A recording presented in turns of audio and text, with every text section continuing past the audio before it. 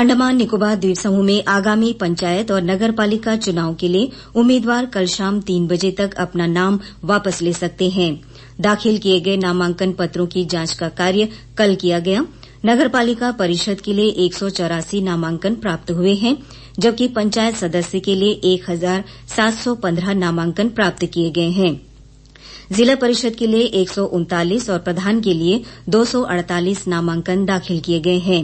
इस बीच प्रमुख राजनीतिक दलों की ओर से चुनाव में खड़े होने वाले उम्मीदवारों की सूची जारी कर दी गई है। उम्मीदवारों के अपना नाम वापस लेने के बाद चुनाव मैदान में बने रहने वाले प्रत्याशियों की तस्वीर साफ हो जाएगी।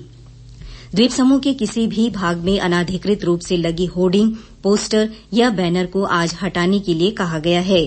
जमीनी स्तर पर आदर्श आचार संहिता का पालन सुनिश्चित करने के लिए टीमों का गठन कर नजर रखी जा रही है। चुनाव प्रचार को लेकर भी दिशा निर्देश जारी किए गए हैं। उल्लंघनकर्ताओं के खिलाफ एफआईआर दर्ज कर कार्रवाई की जाएगी। निजी और सरकारी संपत्ति को किसी प्रकार का नुकसान न पहुंचाने की हिदायत दी गई है। डाक मत पत्रों के जरिए सभी श्रेणियों के मतदाताओं के लिए फॉर्म 27 जमा करने की तिथि पुनः आगे बढ़ाई गई है। ऐसे सभी मतदाता अब 25 फरवरी तक फॉर्म 27 जमा कर सकते हैं। पंचायत तथा नगरपालिका चुनाव निदेशक कार्यालय ने इस संबंध में प्रेस विज्ञप्ति जारी कर सूचित किया है।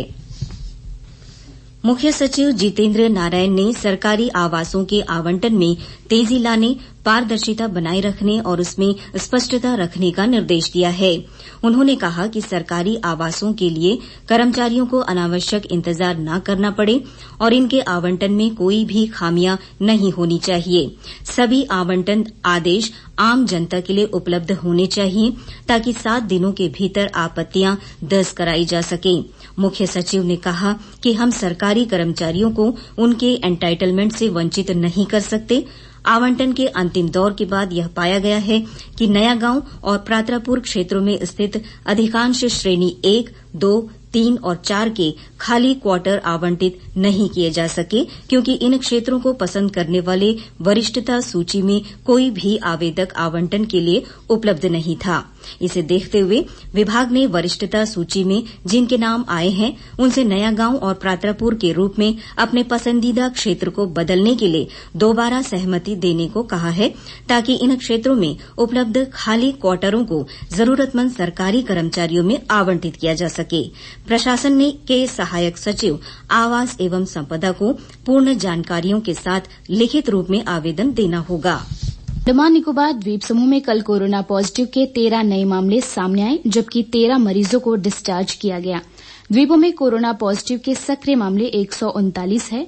कल जो 13 मामले सामने आए वे सभी संपर्क में आए व्यक्तियों के हैं। दक्षिण अंडमान जिले में एक मरीज को कोविड देखभाल सुविधा में रखा गया है। 138 मरीज होम क्वारंटीन में हैं। द्वीप समूह में टेस्ट पॉजिटिविटी रेट 1.44% है। कोविड टीकाकरण अभियान के तहत अब तक 18 वर्ष से अधिक आयु वर्ग के लोगों को 6,06,160 टीके लगाए जा चुके हैं। 15 से 18 वर्ष आयु वर्ग के 23,000 लक्षित बच्चों का टीकाकरण किया जा चुका है। इस आयु वर्ग के 23,057 बच्चों को टीका लगाया गया है। 16,298 बच्चे टीके की दूसरी डोज प्राप्त कर चुके हैं।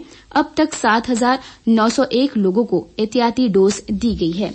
एमवी कालीघाट 16 फरवरी को मायाबंदर होते हुए डिगलीपुर की यात्रा पर जाएगा। यह जहाज शाम 5 बजे हैडो जेट्टी से छूटेगा। अगले दिन दोपहर 2 बजे इसकी डिगलीपुर से मायाबंदर होते हुए पोर्ट ब्लेयर के लिए वापसी होगी। इस यात्रा के लिए टिकटों का वितरण कल सुबह 9 बजे से दोपहर 1 बजे के बीच फिनिक्स बे स्टार टिकटिंग काउंटर से किया जाएगा।